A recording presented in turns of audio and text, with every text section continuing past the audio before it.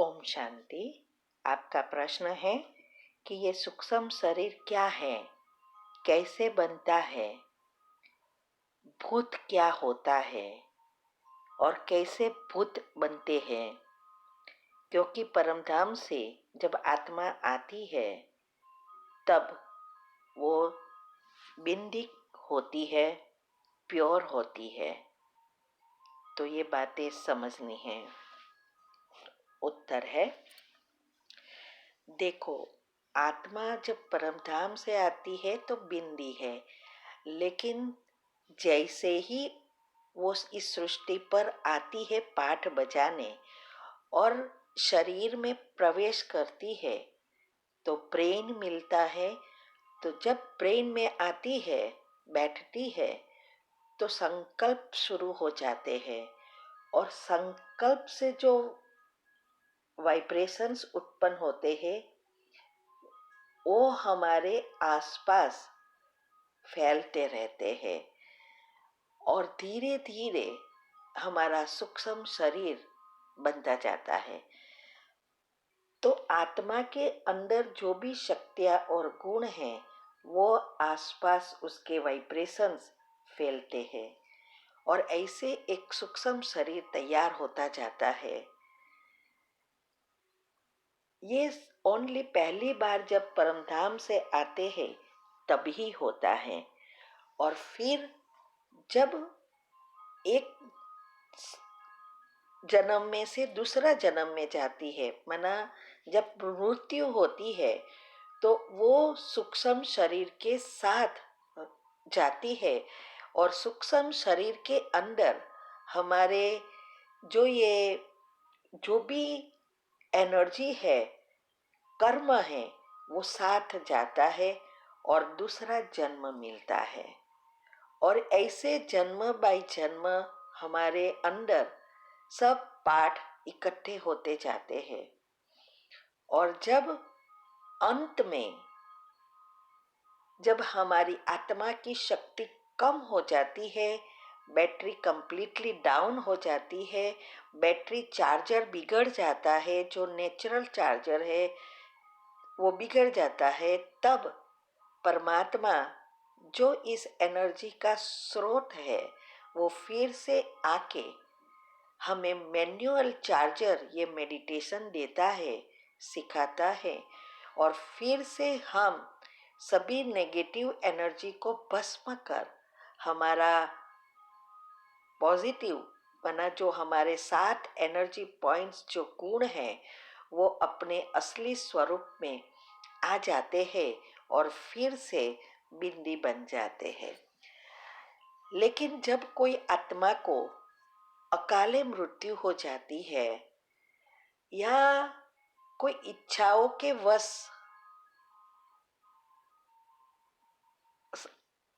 अपघात करती है, माना सुसाइड कर लेती है, या कभी कभी मैंने जैसे आगे भी बताया था कि मृत्यु के समय परिवार वालों की कैसी भावनाएं होती है, उसके आधार से वो मृत आत्मा को दूसरे जन्म में असर होती है। वो आप टॉपिक सुनेंगे तो आपको समझ में आएगा, यूट्यूब पर रखा है। तो वो आत्मा जो भूत बनती है, मना भूत का अर्थ है वो सूक्ष्म शरीर के साथ घूमती रहती है, क्योंकि उसकी अकाले मृत्यु हुई और जितना समय बाकी है वो उसको भटकना पड़ता है जब तक उसका दूसरा शरीर तैयार ना हो और इस जन्म के पाप कर्म भस्म ना हो। वो ही भूत होता है। लेकिन आपने देखा होगा कि ये भूत सब में नहीं आते।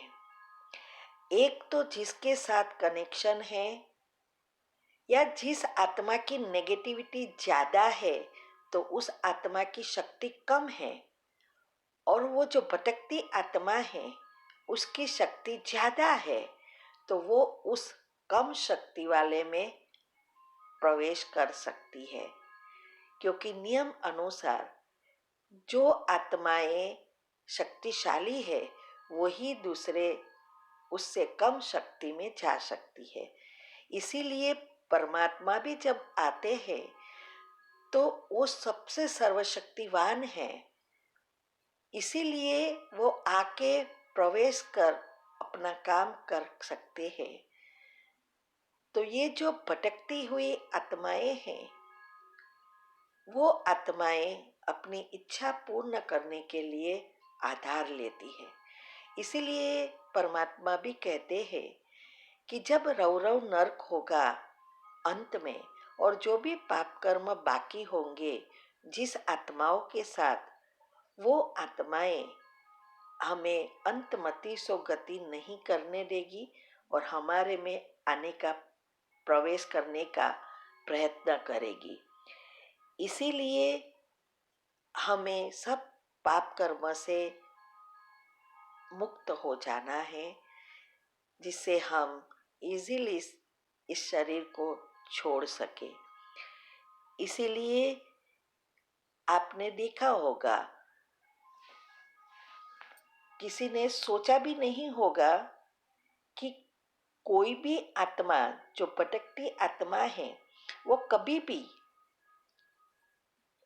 जिस आत्मा में जो शरीर में आत्मा नहीं है, माना मृत देह है, उसके शरीर में प्रवेश नहीं कर सकती। वो प्रवेश वही कर सकती है जो शरीर में आत्मा है, माना जीवंत है, मनुष्य है। मृत देह में नहीं कर सकती। क्यों?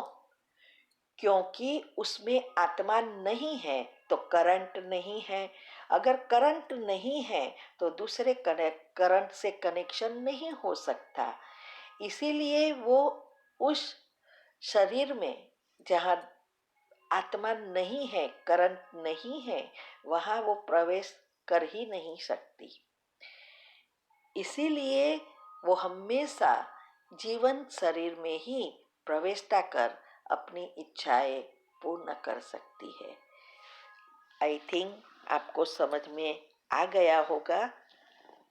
ओम शांति शांति। आपका प्रश्न है कि हमने आपकी सब गुह्य बातें सुनी है, सुनते हैं, तो हमें ये बताओ कि ऐसा कौन सा पुरुषार्थ करे जो सदा के लिए नारायणी नशा जैसे कि हो और हम बहुत अच्छे वारिस क्वालिटी आत्मा आप जैसे बन सके, जो बाबा चाहता है। वह बातें हमें बताए ताकि हम औरों को भी डिटेल में बता सके जो हमने अनुभव किया है। उत्तर है, देखो, आपने अनुभव किया है तो वो अनुभव ही सुनाना है। तो पुरुषार्थ ही यही है जो हम जो कुछ रूप में भेजते हैं, वो जो हम कर रहे हैं और यहाँ तक पहुँचे हैं, यही आप सबको में हम सिखाना चाहते हैं। तो नारायणी नशा या तीव्र पुरुषार्थ में सबसे पहले तो श्रीमत आती है हमारी। दूसरा, मुरली सुनकर समझना है, समझकर जीवन में धारण करना है और स्वरूप बन जाना है। इसके लिए मंथन बहुत आवश्यक है, और जैसे जैसे हम मंथन में आगे बढ़ेंगे, रहस्य का पता चलेगा, तो हमारा इंटरेस्ट बढ़ेगा, बाबा प्रत्ये निश्चय बढ़ेगा। इससे क्या होगा, हम बाबा की बातें इजीली समझ सकेंगे। इसीलिए हम सब साइंस का वगैरह का उपयोग कर सभी को यही समझाना चाहते हैं कि परमात्मा की बातें क्या है, उसमें क्या राज भरे हैं और साइंटिफिक रीति से क्या होता है। तो ये सब बातें हमें पर्सनली करनी है, खुद को करनी है। हम तो सिर्फ आइडिया देते हैं जो बाबा हमें बता रहे हैं, बाकी करना तो हम जो पुरुषार्थ करते हैं उसको ही करना पड़ता है।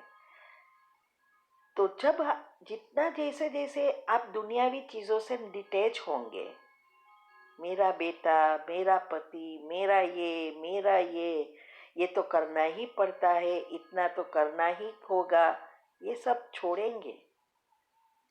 और इस सब करते समय बहुत डिफिकल्टी आएगी घर में और समाज में, उसको भी सहन करना पड़ेगा और चुप रहना पड़ेगा। जैसे बुद्धू है वैसे बुद्धू की तरह रहकर करना पड़ेगा। तो हम आगे बढ़ सकते हैं। हमेशा एक ही बात याद रखना है, इस सेंटेंस से भी हम बहुत आगे बढ़ सकते हैं। कोई भी समस्या आए, कितनी भी खराब समस्या हो, एक ही बात याद करो, मूर्ति बनना है, माना पत्थर से मूर्ति बनना है तो हथौड़े तो खाने ही पड़ेंगे। अगर हथौड़े खाते खाते खंडित हो गई तो पूज्य नहीं बन सकते। तो ये सब जो भी सिचुएशन आएगी, आपके पिछले कर्मों के हिसाब किताब चुकतो करने आएगी, तो हथौड़े तो मारेंगे ही और उसको सहन करना है। तब हम पूज्य बन सकते हैं, जो बाबा वारिस क्वालिटी कहते हैं। लेकिन अगर हम थक गए, खंडित हो गए, तो नहीं बन सकेंगे। तो हम दूसरों को वही चीज समझा सकते हैं जो चीज हम खुद अनुभव करते हैं और हमारे जीवन में जो फायदा होता है, प्रैक्टिकल में होते हैं, वही हम दिल से समझा सकते हैं। इसीलिए बाबा भी कहते हैं कि दिमाग से अगर समझाएंगे तो दिमाग तक ही पहुंचेगा, लेकिन दिल से समझाएंगे तो दूसरे के दिल तक पहुंचेगा, और जो दिल तक पहुंचेगी बात, वही परिवर्तन लाएगा। इसीलिए हमें दिल तक पहुंचाना है, माना समझना है और जीवन में धारण कर स्वरूप बनना है। तभी हम इजीली किसी को अच्छी रीति समझा सकते हैं, क्योंकि बाबा का कनेक्शन सदा के लिए हमारे साथ हो जाता है। तो हमें कुछ नहीं करना पड़ता, हमारी खिड़कियां, बुद्धि रूपी खिड़की खुल जाएगी, तो बाबा के अंदर प्रकाश आती रहेगी और वो करवाता रहेगा और हम करते रहेंगे। जैसे साहजिक जीवन हो जाएगा, करना कुछ नहीं पड़ेगा, होता रहेगा। और इसीलिए हम ये समय दे रहे हैं। और दूसरा ये है, जो इस चीज को नहीं समझते, भले न कितने भी पुराने हो, लेकिन ये बातें नहीं समझते हैं, तो वो ग्रुप को भी पहचान नहीं सकते और ग्रुप से निकल जाते हैं। ऐसे भी नहीं सोचते कि कुछ बात सुनेंगे तो दूसरों को तो समझाने में मदद करेगी। और हम जो बहुत चीजें आजकल व्हाट्सएप पे आ रही है, अगर सब करना चाहेंगे तो नहीं हो सकेगा। तो हमें परख शक्ति से देखना है कि कौन से ग्रुप में कौन सी बातें जो है वो हमें जीवन में काम आएगी, पुरुषार्थ में काम आएगी, वो ग्रुप को रखो और दूसरे से आउट हो जाओ। लेकिन जो ग्रुप में फायदा होता है वो बोरिंग लगता है कभी कभी, और सोचते हैं बहुत ग्रुप हो गए, निकल जाते हैं। अपने ही पग पर कुल्हाड़ी लगाकर अपना ही भाग्य खत्म कर देते हैं। इसीलिए अगर आपको किसी को डिटेल में समझाना है तो ये सब बातें सुनो। जो भी मैं टॉपिक लिखती हूँ, क्योंकि आपने देखा होगा ग्रुप में हम जो कुछ भेजते हैं वो फॉरवर्डेड चीज नहीं है, हम खुद जो करते हैं और समझकर लिखते हैं, रिसर्च करते हैं, जिससे दूसरी आत्मा आगे बढ़े, वही हम भेजते हैं। वो अगर आप इतना ही करेंगे ना, समझेंगे, सुनेंगे, पढ़ेंगे, तो भी कहाँ कहाँ पहुंच जाएंगे। ओके। ओम शांति। कि मूलाधार चक्र को कैसे जागृत कर सकते हैं? उत्तर है, देखो, ऐसे कोई स्पेशल चक्र जागृत करने की आवश्यकता नहीं है। मूलाधार चक्र अभी कलयुग के अंत में मेन हो गया है, क्योंकि वो भौतिक चीजों से जुड़ा है। ये नीचे के जो 3 चक्र है वो ही भौतिक चीजों से जुड़े हैं। उसको खोलने के लिए ही बाबा ने इजी रास्ता बताया है, धारणाएं। जो जितनी धारणाएं करेंगे और इस ज्ञान को समझकर इस गुणों का चिंतन करेंगे, धीरे धीरे ऑटोमेटिक योग लगेगा और सब चक्र खुलने शुरू हो जाएंगे। इसीलिए हम ये 7 दिन सजेस्ट करते हैं, जो हम भी कर रहे हैं। 7 गुणों का चिंतन करो, दूसरी कोई चीज में जाने की जरूरत नहीं है। और फिर हिसाब किताब चुकतू करने के लिए क्षमा याचना करो और प्रकृति को दान दो। इतना ही करेंगे ना,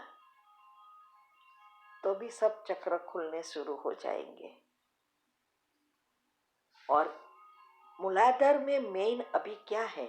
अलबेलापन, आलस्य, जो हमें निंद्राजित नहीं बनने देगा और हमारी इंद्रियों पर काबू भी नहीं लेने देता है। अगर हम अलर्ट हो जाते हैं, अलबेलापन और आलस्य छोड़ देते हैं, निंद्राजित बन जाते हैं, तो हमारी दिनचर्या और मनचर्या एक्यूरेट हो जाएगी। 1 मिनट भी यहाँ से वहाँ नहीं जाएगी। और उसका आधार दूसरा है चार्ट। बहुत चार्ट रखने की भी जरूरत नहीं है, सिर्फ याद का चार्ट रखो, जो मैंने 3 बताया है। कर्म योग कितना किया, सेवा कितनी की, और बैठ के योग कितना लगाया। आज भी बाबा ने कहा ना, चार्ट ही आगे बढ़ाएगा। अगर हम चार्ट नहीं रख सकते, माना अटेंशन नहीं है, हमारी दिनचर्या मनचर्या सेट नहीं है, इसीलिए नहीं रख सकते। 4-5 रखते हैं। मैंने कितनी दफा कहा, चार्ट रखना महत्व है, कितना योग किया वो महत्व का नहीं है। ऑटोमेटिक चार्ट रखने से योग का चार्ट बढ़ेगा, क्योंकि अटेंशन बढ़ेगा। तो इतना करेंगे ना, तो ऑटोमेटिक आपके चक्र खुल जाएंगे। मूलाधार चक्र खुल जाएगा तो सब आगे बढ़ना शुरू हो जाएगा। ओके। ओम शांति।